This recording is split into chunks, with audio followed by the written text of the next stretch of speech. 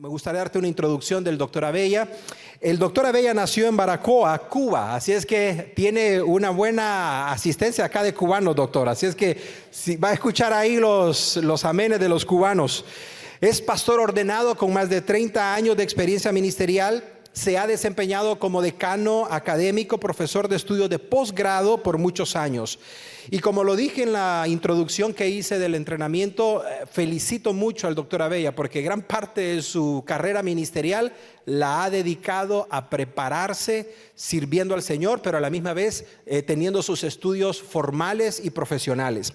El doctor Abella tuvo su diploma en teología pastoral por la Universidad de Río Grande, cursó sus estudios de maestría en consejería pastoral por la Universidad de Liberty, obtuvo su maestría en educación religiosa por la Universidad de Cornerstone, su maestría en divinidades y su doctorado por el Seminario Teológico de Dallas, y su PhD, que es el título más alto académicamente que se puede ofrecer, lo recibió del Midwestern Baptist Theological Seminary. Actualmente enseña en las universidades de Liberty, Biola, el Southern, el Southwestern y también en el B.H. Carroll Bible Seminary.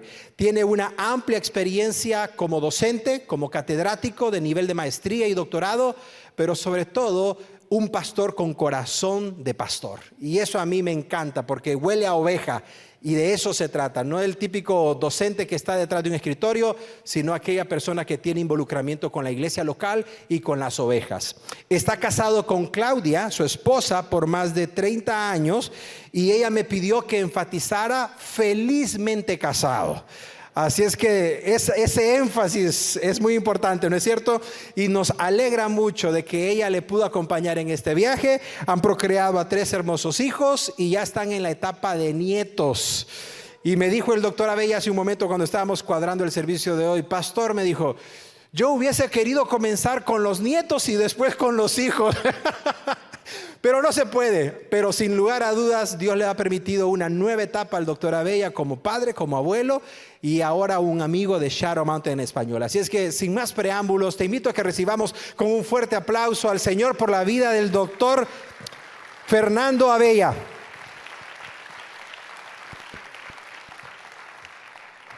Gracias, hermano, gracias. Gracias, hermanos. El hermano se le olvidó de ponerme otro título como siervo inútil. Así que le voy a pedir, hermanos, en este día que tengamos la bondad de inclinar nuestros rostros, ir al Señor y pedir que sea la voz de Él la que hable a nuestros corazones. ¿Les parece? Vamos a inclinar nuestros rostros.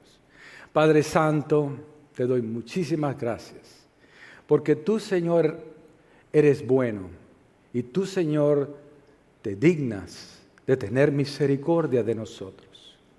No merecemos nada de ti, pero tú en tu bondad y en tu grandeza nos usas como siervos inútiles, pero en tus manos hacemos proezas. Gracias, Señor, y te ruego en el nombre de Jesús, de que esta porción que vamos a tocar hoy en 1 Corintios, capítulo 4, versos del 1 al 5, tu Espíritu Santo hable de una manera especial. Usa tu siervo, pon carbón encendido de tu altar en mis labios y quita mi pecado para que yo pueda hablar como tú quieres. Dame palabras y quítame palabras para que yo hable exactamente lo que tú quieres que yo hable en este día. En el nombre de Jesús de Nazaret, te doy gracias y te lo pido todo, Padre. Amén. Este hombre tenía 38 años de edad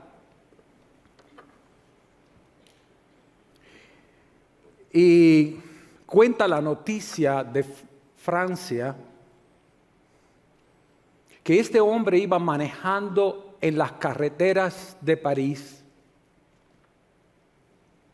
con su celular, comunicándose con su esposa acerca de una fiesta que iban a tener, de unos amigos que iban a invitar. Y en medio de los preparativos que ellos estaban tratando de coordinar, él tenía una opinión, ella otra, pero ambos manejando por la carretera. Dice que ambos empezaron a discutir y la discusión se volvió tan acalorada que descuidaron el camino por donde iban y chocaron. Y lo curioso es que dice la policía que ellos no entienden cómo ambos chocaron carro con carro frente a frente. Se salvaron de milagro, aunque tuvieron un periodo muy largo de recuperación. Y yo me quedé pensando en esta historia. Yo dije, ¿con celular o sin celular, hermanos? Hay choques, hay dificultades, hay conflictos que muchas veces acarrean consecuencias. En el matrimonio hay choques. Uno quiere una cosa, otro quiere otra. En los centros de trabajo hay choques. En la iglesia también. Y me puse a pensar, la iglesia de Sharon Mountain tiene una misión dada por Cristo que es la de hacer discípulos. Muchos conflictos pueden venir. Muchas situaciones, Pastor Saldaña, si no están sucediendo ya, van a suceder. Y el peligro de todo esto es que pase lo que le pasó a esta pareja. Que no se enfoquen en el camino que tienen que ir y ciertas cuestiones los distraiga. El problema que estamos teniendo hoy en la iglesia muchas veces es la distracción. Hoy estuve hablando con un pastor y me dijo, en esta ciudad hay muchas distracciones. Cristo mandó a la iglesia a hacer discípulos. Cristo no mandó a la iglesia a ser una entidad consumista de productos musicales. Dios no mandó a la iglesia a ser consumista de shows. Dios mandó a la iglesia con una misión, y es la misión de hacer discípulos. Pero podemos distraernos. Y puede ser que los conflictos que se presenten tengan posiblemente cierto efecto en desviarlos de esa misión que Cristo les llamó. Hermano, en el 1 Corintios capítulo 4,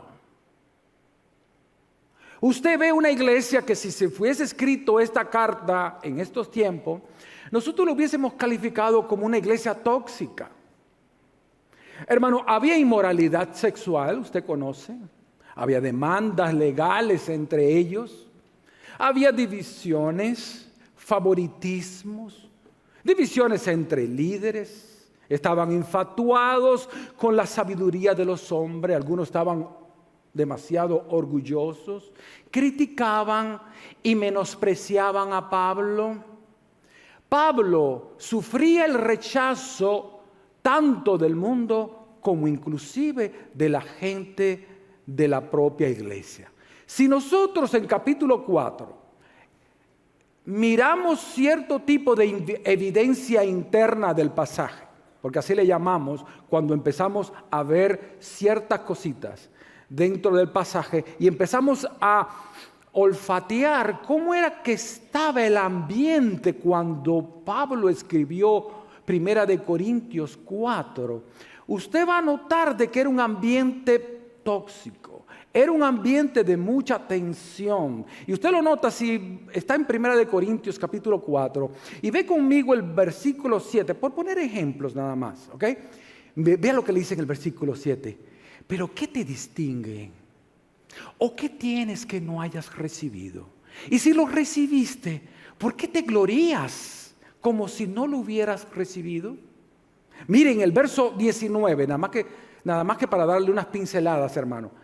Verso 19, pero iré a vosotros, si el Señor quiere, y conoceré no las palabras, sino el poder de los que andan envanecidos. Parece que el ambiente era tenso, porque el reino de Dios, verso 20, no consiste en palabras, sino en poder. Y en el verso 21, Él le pregunta a ellos, ¿qué ustedes quieren que yo haga? ¿Quieren ustedes que yo vaya a ustedes con vara? ¿O con amor y espíritu de mansedumbre? ¿Cómo ustedes quieren que yo vaya a ustedes? Era un ambiente tenso. Hermanos, los hermanos de Corinto, por evidencia interna de 2 de Corintios capítulo 10, verso 10, dice que algunos hermanos de la iglesia consideraban a Pablo que su presencia corporal era débil. En pocas palabras, hermanos, dicho esto en un lenguaje actual, que Pablo era un debilucho. Y que lo que Pablo decía, dice la palabra de Pablo, dicen algunos de ellos que era menospreciable. ¿Usted se imagina? Que lo que Pablo decía, dicho de una manera coloquial, no servía para nada. ¿What? ¿Cómo cumplir una misión cuando estás sufriendo críticas? Y en el caso de Pablo ya hubo una ofensa de tipo personal. Y también una crítica a su competencia como apóstol.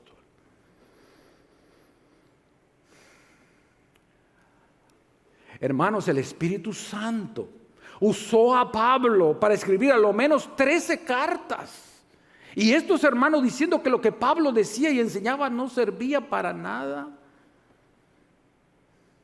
¿Cómo mantener la mirada en la misión cuando tú sufres? ¿Cómo cumplir con la misión de hacer discípulos cuando estás siendo atacado de una manera personal? Cuando atacan a tu familia, cuando atacan a tus hijos, cuando te dicen que no sirves para nada.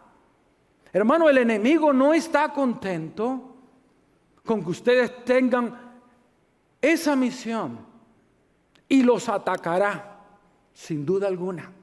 El Señor ha puesto en el corazón del pastor Saldaña de ir y hacer discípulos.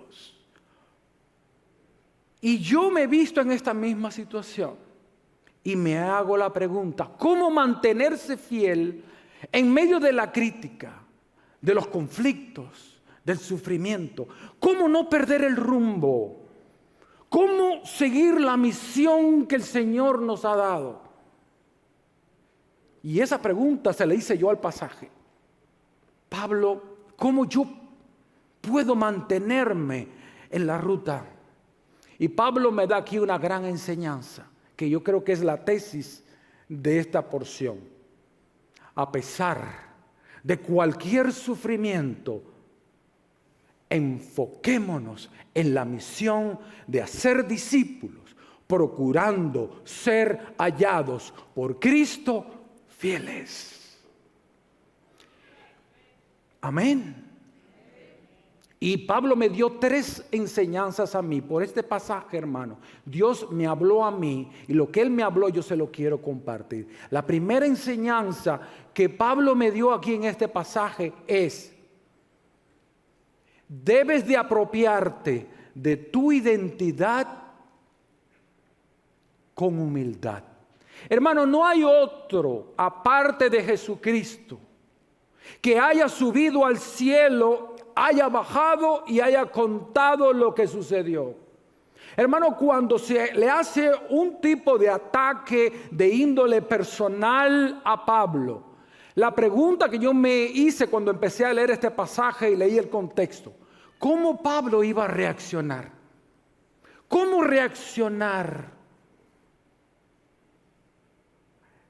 El mismo Pedro decía que él alababa a Dios por la sabiduría que le había sido dada a Pablo. ¿Y cómo decir que la palabra de Pablo no servía para nada? ¿Cómo respondió Pablo? Él no sacó su resumen, él no se defendió. ¿Cómo reaccionó Pablo?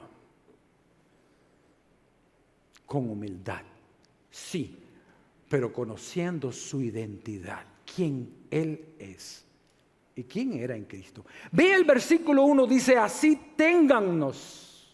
Y esa palabra, ese verbo, téngannos, está en modo imperativo en el griego, téngannos. En pocas palabras, les ordeno a ustedes que el concepto que tengan de mí sea este. Téngannos los hombres como servidores de Cristo.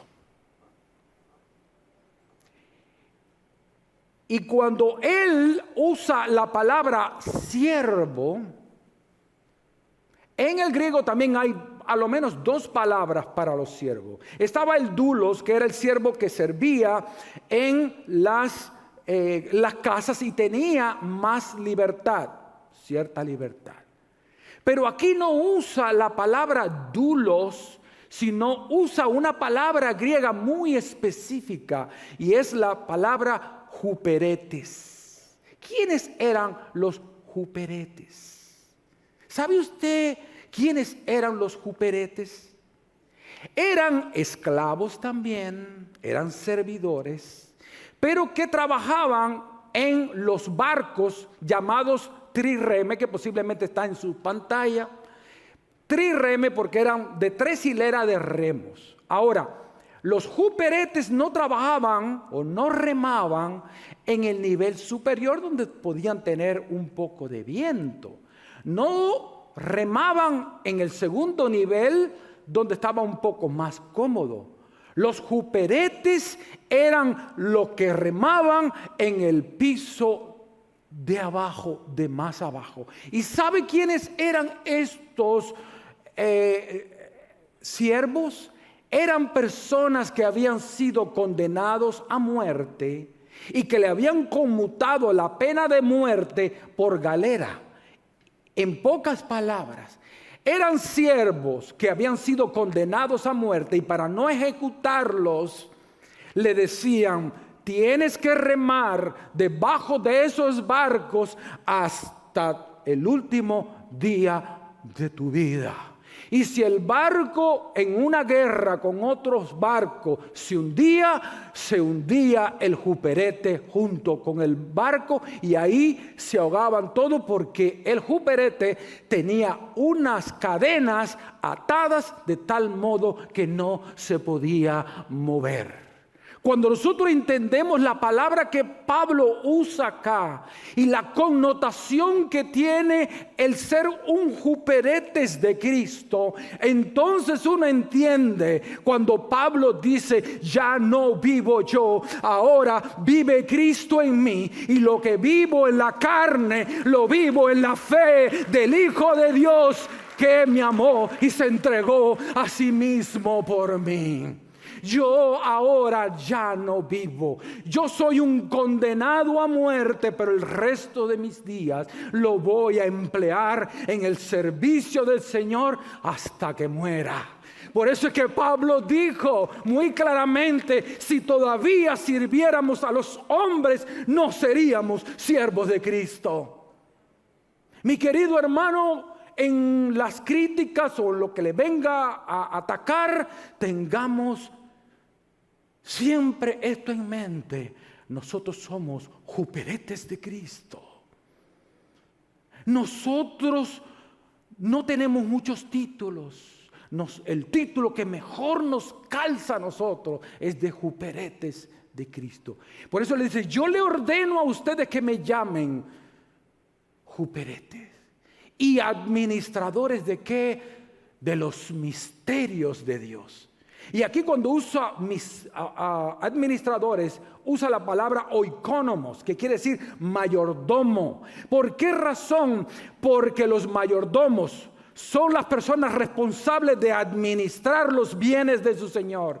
Y la iglesia de Sharon Mountain, el Señor le ha confiado el ministerio de la palabra del Señor para ir y alcanzar a las almas perdidas y administrar los misterios de Dios, que no es otra cosa que el mensaje de la cruz a las personas que están perdidas y que necesitan el mensaje de salvación. A ti se te ha encomendado el mensaje de vida o muerte. Tú con tu mensaje, tú juperetes que has sido llamado por Cristo, tienes un mensaje de vida o muerte. Un mensaje de salvación para un mundo perdido. No es el proyecto del pastor Saldaña, es el proyecto de Dios, es la misión de Dios, es la voluntad de Dios para esta iglesia, de llevar y anunciar las virtudes de aquel que te llamó de las tinieblas a su luz admirable. Somos administradores de ese mensaje.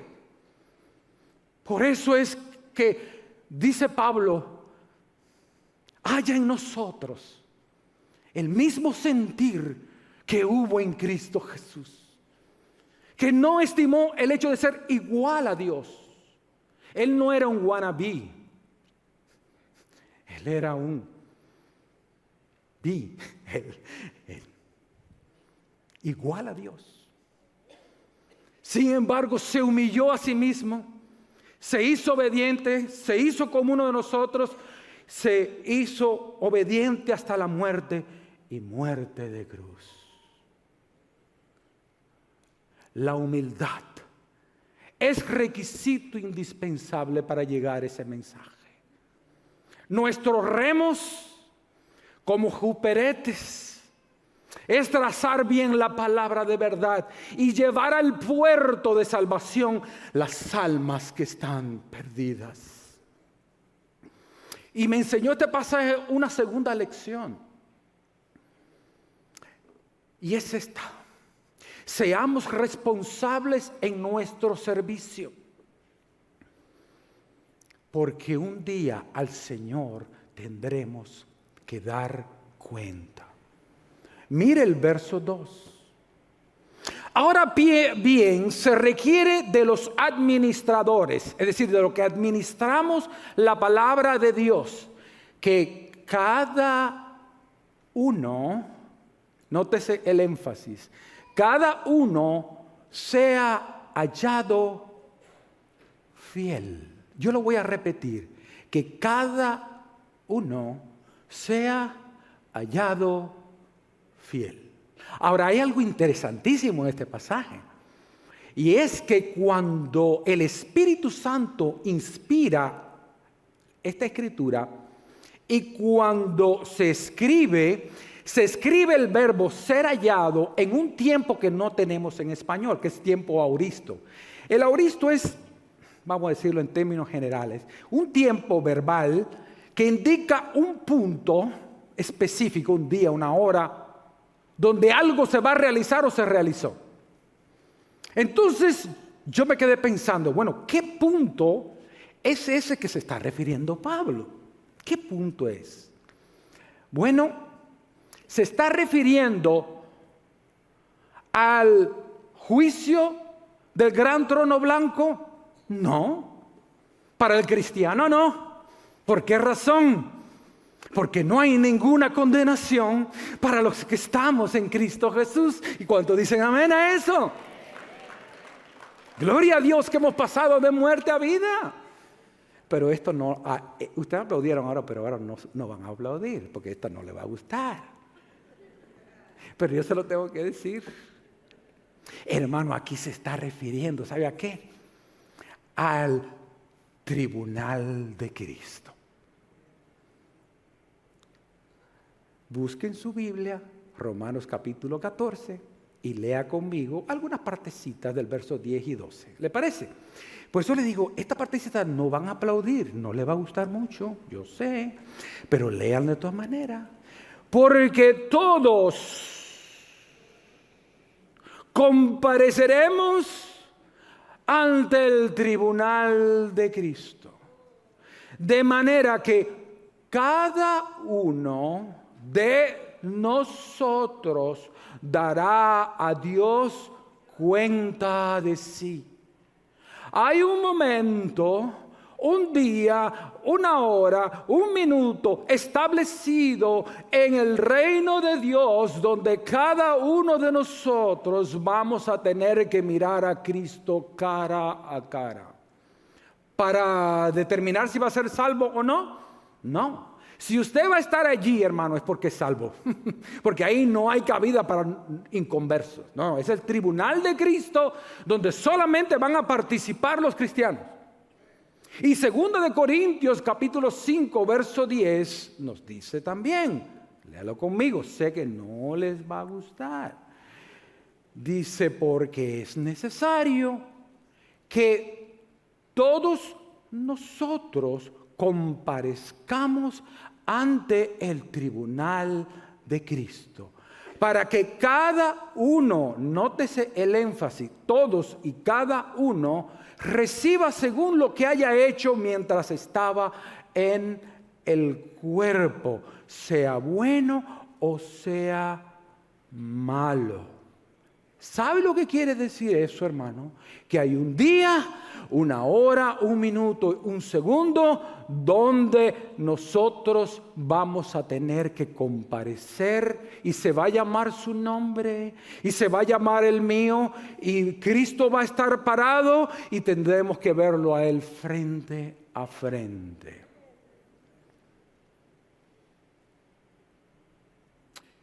¿Y sabe cómo es que vamos a ser juzgados? No en base a nuestra capacidad, porque ni usted ni yo tenemos dominio sobre la capacidad, sobre los talentos. Eso lo da Dios. Pero sí vamos a ser responsables de responderle a Cristo por nuestra fidelidad. No de nuestra capacidad, sino de nuestra fidelidad. Sí, ya sé que se pusieron medio serios, ¿verdad? Y dice Pablo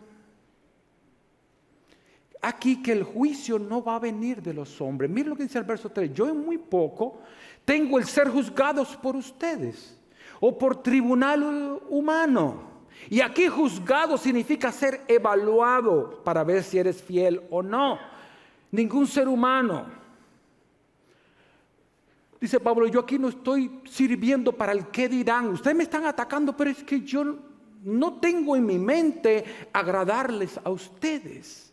Incluso él dice, ni aun yo me juzgo a mí mismo, porque aunque en nada tengo mala conciencia, no por eso soy justificado. Pero a mí, el que me juzga es el Señor. ¿Por qué nosotros debemos de ser responsables en el trabajo que el Señor nos da? Porque un día vamos a tener que dar cuenta. Esta segunda enseñanza que Dios me dio a mí es: procura presentarte a Dios como un obrero aprobado. Y para eso, y para cumplir la misión que Sharon Mountain tiene, no basta con el buen deseo. No basta con que usted sepa de que usted es un siervo. La misión que el pastor Saldaña, junto con su equipo ministerial, quieren, requiere de obreros que sean serios, de personas que sean responsables, que si se les dice, hermano, esta es su posición, que pueda responder bien a la tarea que se le ha encomendado. Personas serias, personas fieles, personas que no se dejan desviar del camino, sino que están enfocados. Por eso yo le puse este mensaje el nombre, enfocados. Enfocados en la misión, enfocado en quién soy yo, en mi identidad, enfocado en que yo debo de ser responsable, no solamente para darle buenas cuentas al pastor, sino para darle buenas cuentas a Cristo el día que Él me llame a su presencia. Porque este es el lugar donde Dios lo llamó a servir. Sírvale con fidelidad. Sé fiel hasta la muerte y yo te daré la corona de la vida. Amén. Por lo tanto, es imprescindible para esta misión y para este proyecto que podamos ser hallados fieles. Fieles. Hermano, un día me llamó esta historia la atención, porque míralo aquí, es una historia que salió en muchos lugares, porque dice, voy a tratar casi de leerlo, ¿no? Porque me llamó tanto la atención, que decía que un médico compartió una historia que se hizo viral.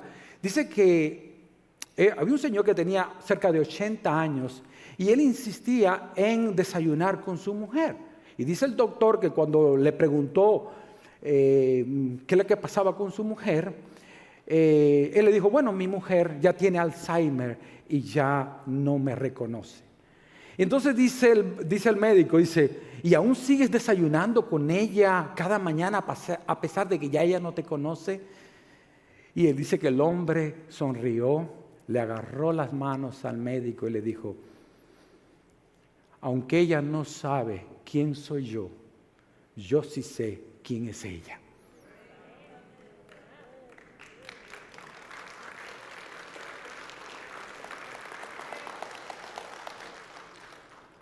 Es un hombre fiel, que no dependía de si ella lo reconocía o no. Su amor por ella le hacía estar ahí, aunque ella no lo reconociera.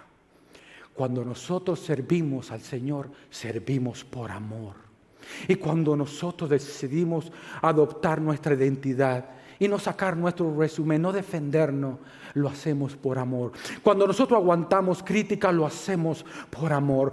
Cuando nosotros decidimos ser responsables, lo hacemos por amor, no por temor, no por intimidación, no por el qué dirán. Lo hacemos de corazón. Y yo le pido, hermanos, de todo corazón, que ustedes hagan las cosas de corazón, pero responsablemente. Amén. Y hay una última cosa que yo aprendí de este pasaje. ¿Saben qué?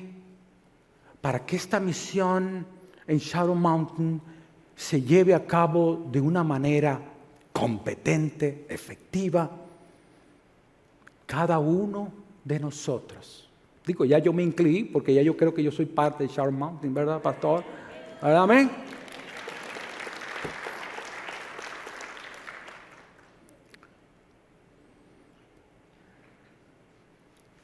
Yo tengo que tener un corazón transparente.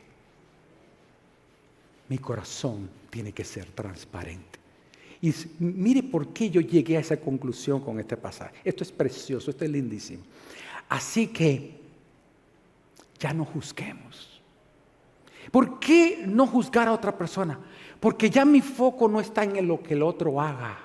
Ya mi foco está en mi responsabilidad. Y como el foco está en mi responsabilidad, ya no me ocupo de la otra persona. Y cuando alguien lo empiece a juzgar, úsele Juan capítulo 21, verso 22. ¿Usted sabe la pregunta que le hace Cristo a Pedro? Aplíquelo, hermano. Y hay una respuesta. En Juan 21, 22 hay una pregunta y hay una respuesta. ¿Sabe cuál es la pregunta? Cuando Pedro dijo, ¿y este qué? Jesús le dijo, ¿y qué a ti?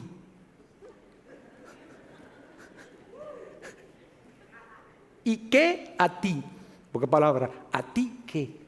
Si yo quiero que Él venga conmigo, ¿qué a ti? ¿Por qué? yo no soy responsable de la fidelidad del hermano. Yo tengo que enfocarme en cuál es mi responsabilidad. Así que ya no juzguemos nada antes de tiempo. Nótese, sí, porque va a haber un tiempo donde va a haber un juicio. Ojo, hermanos, estamos viviendo nosotros como quien ha de dar cuenta. O nosotros pensamos que el servicio en el Señor, yo la voy a pasar así, no, y al cabo el Señor es muy amoroso y no va a pasar nada. No, hermano, no juzguemos nada antes de tiempo, porque va a llegar un tiempo donde va a haber un juicio. Así que no juzguemos nada antes de tiempo hasta que venga el Señor, el cual aclarará lo oculto de las tinieblas. Dios sacará a la luz las cosas que estén en oscuridad. Los días de las apariencias terminará. Y no es nuestra tarea evaluar la fidelidad o infidelidad de otra persona. Yo lo que tengo que concentrarme es que yo, estando presente con el pastor Saldaña, con cualquier otro hermano, yo sea el mismo aquí, allá y en Macuyá. En pocas palabras, mi corazón tiene que ser transparente. Yo tengo que vivir una vida de santidad, entendiendo de que un día yo voy a mirar al Señor cara a cara, y allí van a estar los videos, y allí van a estar las grabaciones, y me va a decir: ¿y este no eres tú? Y este otro, y esta otra cosa. Hermanos queridos y amados, yo sé que estas cosas no levantan aplausos, pero se lo tengo que decir. Un día tendremos que dar cuenta, y el Señor sacará lo oculto de las tinieblas y manifestará las intenciones de los corazones. ¿Sabe lo que quiere decir eso? Que en ese día no solamente lo oculto va a salir, sino que la motivación, lo que me movía a mí a servirle, también va a salir a la luz. Sí, hermanos, si el Señor va a sacar lo oculto, vuelvo a decir, no para condenación, porque si usted está en Cristo, usted está salvo. No, pero se va a evaluar nuestro trabajo en el Señor, y se van a sacar cosas ocultas que todo el mundo, que estuvo oculta para muchas personas, pero Él sacará lo oculto de las tinieblas, y Él manifestará el por qué tú y yo hicimos lo que hicimos. ¿Qué nos motivaba? Entonces dice, y entonces cada uno recibirá su alabanza del Señor. En ese día nos daremos cuenta de muchos queridos hermanos santos que nunca estuvieron en una plataforma como esta, que nunca salieron en YouTube, que nunca salieron en una televisión, pero son hermanitos y hermanitas, no por el diminutivo es de cariño, que fueron unos totales desconocidos para el mundo, pero recibirán recompensa tras recompensa de las manos del Señor, porque sus obras fueron de oro, plata y piedras preciosas. Cuando ellos servían de un corazón puro. Ellos lo hacían de corazón para el Señor. Por eso el Señor dice que el que ve en lo oculto te recompensará en público. Por eso es que yo tengo que limpiar mi corazón y servir al Señor con un corazón transparente. No para aparentar, sino para ser verdaderamente un hombre que hace las cosas con integridad de corazón, con limpieza, con motivos sanos. Por eso que dice la palabra, si pues coméis o bebéis o hacéis otra cosa, hacedlo todo para la gloria de Dios. Amén. Amén. Así es. En aquel día, mi querido hermano, aquellas cositas que a ti te parecían pequeñas, Dios te va a recompensar. Y qué lindo es que aquel día Él diga, bien, buen siervo y fiel. En lo poco fuiste fiel y en lo mucho te pondré. Entra al gozo de tu Señor. Hermano, hubo una historia también que me impactó. Dice que había un señor que estaba vagando por las calles y quería entrar a un restaurante, pero estaba muy mal vestido y maloliente y estaba tratando de, en sus manos, de buscar algunas monedas a ver si le alcanzaba para un café y un pan. Y como él pasaba trabajo, una joven lo vio y le dijo: yo quiero, si quiere yo le invito a que usted... Y él se queda mirándola así como un poco perdido. Dice: sí, yo lo invito. Dice: y quiero que usted se siente conmigo. El Señor, todavía así como asombrado, se sentó. Pida lo que usted quiera, que yo se lo voy a pagar. Y dice que el Señor, extrañado, porque era una muchacha jovencita, muy bonita, y él todo andrajoso, él dice que se llamaba Cris ese señor, y platicó con ella y dice: hay muchas personas que me dicen cosas groseras la mayoría del tiempo. Dice que él abrió su corazón y le dijo: yo siempre quise que mi madre y mi padre tuviesen orgullo de mí, que se sintieran que yo era una persona valiosa, pero me metí a las drogas y acabé en ruinas. Le contó toda su historia a la chica. Y interesantemente,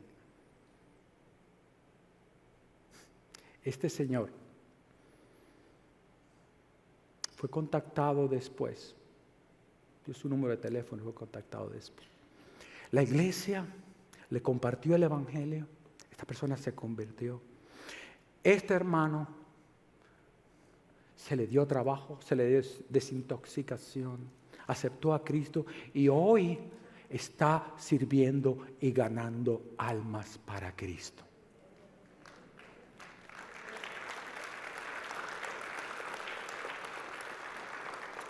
Pero esto no es todo.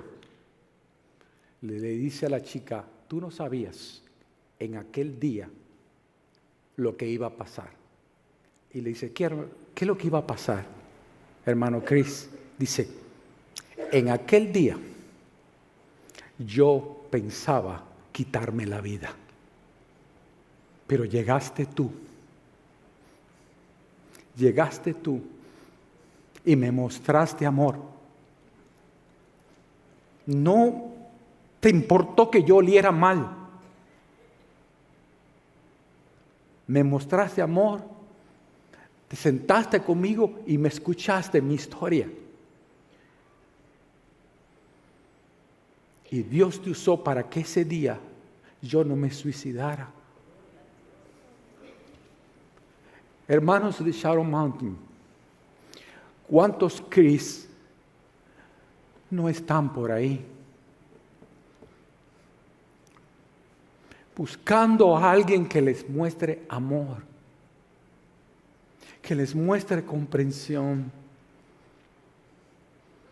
No solamente que lo limpie de su suciedad corporal, sino de su suciedad espiritual. ¿Te estás dando cuenta, mi querido hermano, por qué nosotros tenemos que adoptar la posición de juperetes? Porque el Señor no usa orgullosos, el Señor usa a las personas humildes que reconocen su bajeza delante del Señor.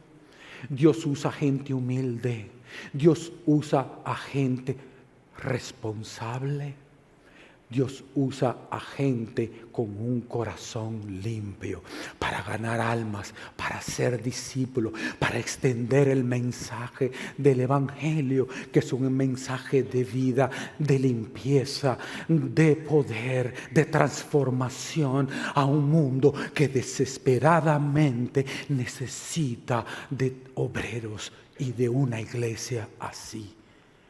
Yo les pido de todo corazón que adoptemos la posición de juperetes, pero responsables y limpios de corazón. Y usted verá, hermano, cuántas almas Shadow Mountain va a ganar para Cristo. Y cuántos Cris van a dar testimonio de la obra que Dios hizo a través de sus vidas. Dios te quiere usar. Dios te quiere usar con poder para alcanzar a muchas almas perdidas. Enfócate en ser un juperete responsable y limpio de corazón. Y Dios te va a decir en aquel día: bien, buen siervo y fiel, en lo poco fuiste fiel, en lo mucho te pondré, entra al gozo de tu Señor. Señor le bendiga.